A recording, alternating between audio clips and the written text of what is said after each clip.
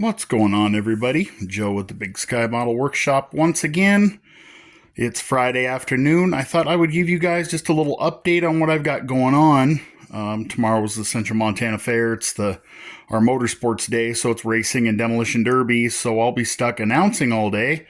So I won't have time to work on anything. So I've been taking advantage of some time off and working on the first build for Woody's Scale Model Garage, the rock and roll build.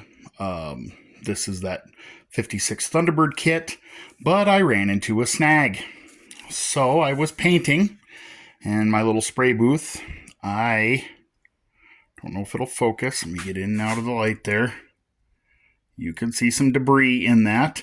I'm painting along doing just fine, and I popped the top off of my little rotating stand here, and that fell wet paint first onto the bottom of my spray booth. So that is going to be headed to the old purple pond. And if that wasn't bad enough, then I accidentally bumped the hood, and not only does it have some nasty orange peel, but that's my fault for painting with Rust-Oleum instead of model paint.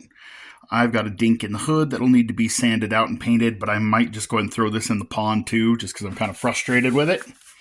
And I got the body painted, and it's got a teeny tiny, you can kind of see there's a little dink right up top in that front fender. The rest of it doesn't look half bad.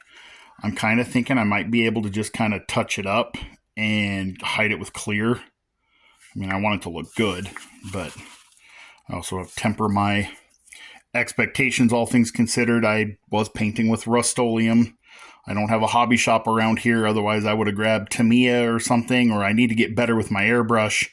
But I just grabbed the closest looking color in the old Rust-Oleum 2X, and sometimes that's just what bites you. I know some of you in the comments will be like, I never paint with that stuff, and sometimes you win some, sometimes you lose some, but I will get it sorted out one way or another. So while this is sitting here drying and I'm going to go get the purple pond together, I will take you down to the basement and show you how I'm getting on my circle track build.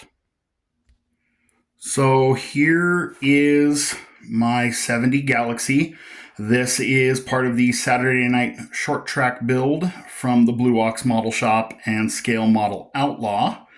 This is work in progress. I thought I would start getting some things fitted and whatnot. So here's a mock-up. As you can see, there it is sitting on the mud tires. I've got the grill removed, and I've got my fire hole cut in the hood. So these cars, those kind of some of the safety rules are still the same as they were. But the original set of rules for these cars were built very similar to like an old demolition derby car would be, in that the car was completely stripped, and then you had to have a fire hole in the hood and remove all the loose trim and everything. The difference then being is we did put mud tires on them. We would kind of beef up the suspensions a little bit. Mud flaps, which I still need to do, and fabricate a roll bar for the interior. So these cars did not have a full roll cage in the early years. I think probably prior to about 1997. We were not required to have a halo or anything. All we had to have was a hoop with 2 kickers going forwards and 2 kickers going backwards. So I will probably fabricate that out using sprue.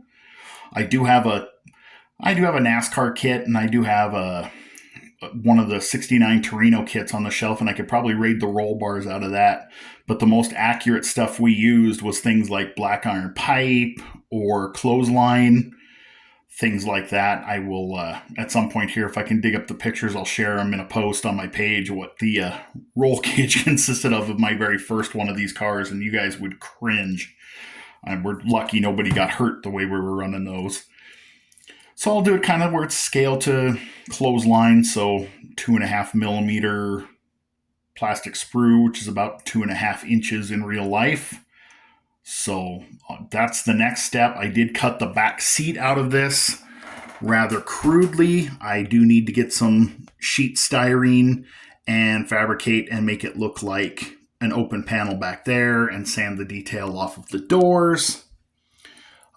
Also did some work under here. I have got, it's not going to focus very well because of the color, but I do have the 390 out of the 78 Ford pickup kit glued together and fit in here. And that required some surgery to make fit properly. We had to cut out some trans tunnel. I had to cut out the center of that cross member. I had to cut it out and flip it 180 degrees so that it would clear the oil pan, which I stole out of the Galaxy kit because the pickup oil pan was just not going to work without any cutting and gluing. Honestly, this car will sit on the shelf. Nobody's going to really pick it up underneath. It's not going to matter anyway, and if nothing else, I might try doing some weathering to hide all that. I've got all the exhaust cut out. I have the rear axle in place. I will drill that out some because I need to get some suspension lift, and the easiest way to do that is to make the metal axles on this droop, and I'll just glue them in place. Same thing with the front suspension. I will probably just drill those out a little lower and glue them in place to get that to sit where it needs to. So that's what I'm doing today. Just kind of making some progress. I got the bench seat in the background. We used to run these with stock seats, so it will have the bench seat and the stock dash and the stock steering wheel. I'll mount the battery on the passenger side floorboard. So it'll be pretty interesting when it's done. I've got a ways to go yet. I need to take door handles off and find a way to simulate welds on the doors. I have an idea that I think is going to work, and if it does, I will share that in a separate video. But anyway, that's what I got going on for today. Just thought I'd give you a little bench update.